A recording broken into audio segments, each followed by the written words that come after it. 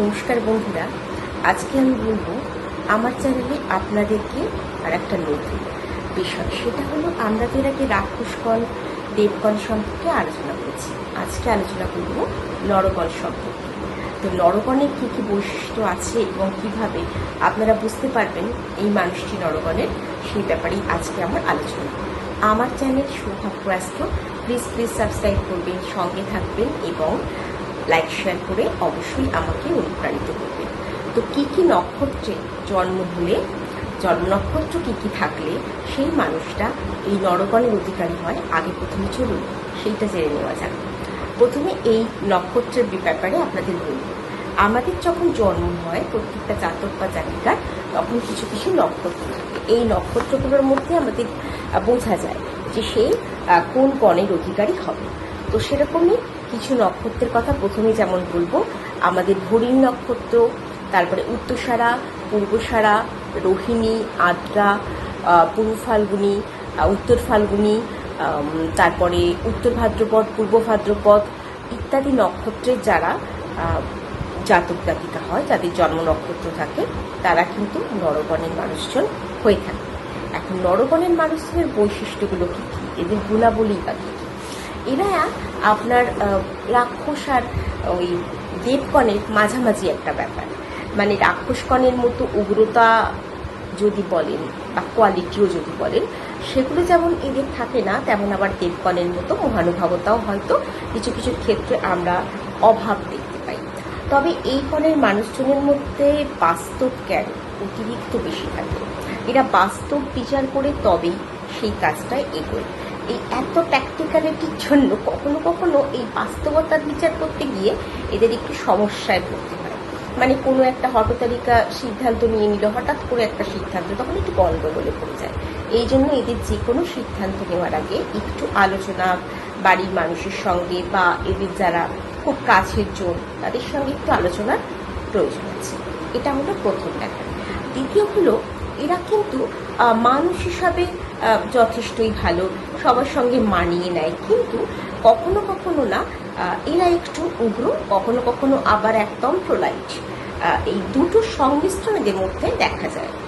এরা ঝগড়াঝাটি এড়িয়ে চলে, আবার কখনো দেখা যায় যে ঝগড়াঝাটির মধ্যে নিজেরাই প্রবেশ করে গিয়ে সেটার মধ্যে একদম দরকার নেই তবু হয়তো চলে এলো।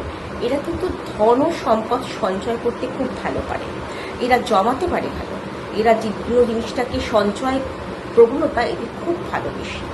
তবে এদের মধ্যে যেটা আমি বললাম, হঠতালিকা সিদ্ধান্ত নেওয়াটা একদম উচিত না। এদের অবশ্যই নিজের কোনো ভালো মানুষের সঙ্গে ভেবে চিনতে তবে সিদ্ধান্তে আসা উচিত। আর যদি কোনো ব্যাপারে আপনি টেনাসিটি ভাবেন যে একটা ধৈর্য সহকারে কাজ করবে, তাহলে এইসব মানুষদের সেই কাজটা দিন, এরা বেশ ধৈর্য সরকারে সেই কাজটাকে করে দেবে। আর একটা হচ্ছে, এরা না কখনো কখনো দেখা যায় মানুষজনের সঙ্গে সুন্দরভাবে মিশে গেল, আবারও এই গণের মানুষজনও আবার দেখা যায় ভীষণ হয়তো একাকিত্ব পছন্দ করছে, বা খুব কম রেয়ার, এরা একটু মিলেমিশে থাকতেই বেশি পছন্দ করে। তবে আমি বলবো বা আমাদের জ্যোতিষশাস্ত্রে অনুযায়ী নরগণ এবং নরগণ দেবগণের বিবাহের ক্ষেত্রে যথেষ্ট সুখপ্রদ। তাহলে এদেরকে ডিভোর্স বা অশান্তি হয় না? হয়। কখনো কখনো নরগণ বা নরগণ দেবগণের মধ্যে অশান্তি হয়েছে, আবার নরগণ রাক্ষসকণের বিবাহ হয়েছে, তারা আবার ভালো আছে। তো এইটা কিন্তু শুধুমাত্র গণ একটা মানুষের সবকিছু বিচার্য নয়। একটা নক্ষত্র থেকে একটা গণ নির্ণয় হলো, এবার সেই নক্ষত্রটা কোথায়, কিভাবে, তার উপরে অন্যান্য গ্রহের অবস্থান রয়েছে, বা অন্যান্য গ্রহরা কি নক্ষত্রে, তার স্বনক্ষত্রে আছে বা অন্য নক্ষত্রে, এইবার তার চন্দ্রটা কোন জায়গায়, রাশিটার নির্ণয় হয় চন্দ্র, এবার চন্দ্রটা কোন জায়গায়, সেটা কি পীড়িত নাকি ভালো, ইত্যাদি নানা ব্যাপারের ওপর নির্ধারণ করে কিন্তু এই গণের মানুষজনের মধ্যে ভিন্ন ভিন্ন স্বভাব দেখা যায়। তাহলে এই যে আমাদের ভুল ধারণা, এই গণ হলে এরকম হবে, ওই গণ হলে এরকম হবে, এটা সবসময় আমাদের নাও মিলতে পারে। 75% হয়তো মিলে গেল, 25 মিলল না। তো আরও বললাম, এই গণের যে এই যে 3 রকম গণ আলোচনা করছি, এদের যে গুণাবলী বা দোষ, এগুলো কিন্তু সর্বদা একটা মানুষের জন্মছক প্রেডিকশনের মাধ্যমে নির্ণয় করা যায়। তাহলে আজকে আলোচনা নিশ্চয়ই আপনাদের অনেক ভালো লাগলো, এবং আপনারা কারা কারা নরকলের তারা নিশ্চয়ই তার সঙ্গে মেলাবেন এবং নিজেকে আবার মিলিয়ে দেখবেন যে হ্যাঁ এগুলো হলো কিনা। তাও আমি বললাম এখানে কিন্তু এই বিভিন্নতা রয়েছে। এবার এই অবধি আজকের প্রতিবেদন, এর পরের প্রতিবেদনের জন্য ওয়েট করবেন আর আমার সঙ্গে থাকবেন। ভালো লাগলে সাবস্ক্রাইব করে আমাকে মোটিভেট করতে কিন্তু একদম ভুলবেন না। তাহলে আজকে এই পর্যন্ত। আর একটা কথা বলে দিই, সেটা হচ্ছে নরকনের মানুষজনের কিন্তু একটা গুণ আছে, সেটা হচ্ছে এরার মধ্যে মিশুকে স্বভাব। এবং আর একটা জিনিস এরা কি করে, তাহলে লাইফে কিন্তু এরা অনেক দূর যায়, সেটা হলো বিষ্ণু পুজো বা নারায়ণের পুজো। যদি প্রতি মাসে ধরুন পূর্ণিমাতে এরা নারায়ণের পুজো করতে পারে বাড়িতে, খুব ভালো। যদি না সম্ভব হয় বছরে একটা বা দুটো করতে পারে।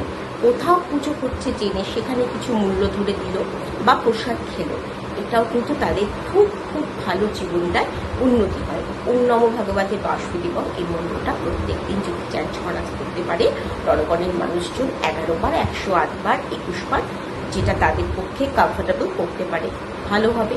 আর একটা জিনিস, তুলসী গাছ অবশ্যই বাড়িতে প্রত্যেকের রাখা উচিত। নরকনের মানুষজনের তুলসী সেবা অনেক ভাগ্যোন্নতিতে সাহায্য করে। আজকে এই পর্যন্ত।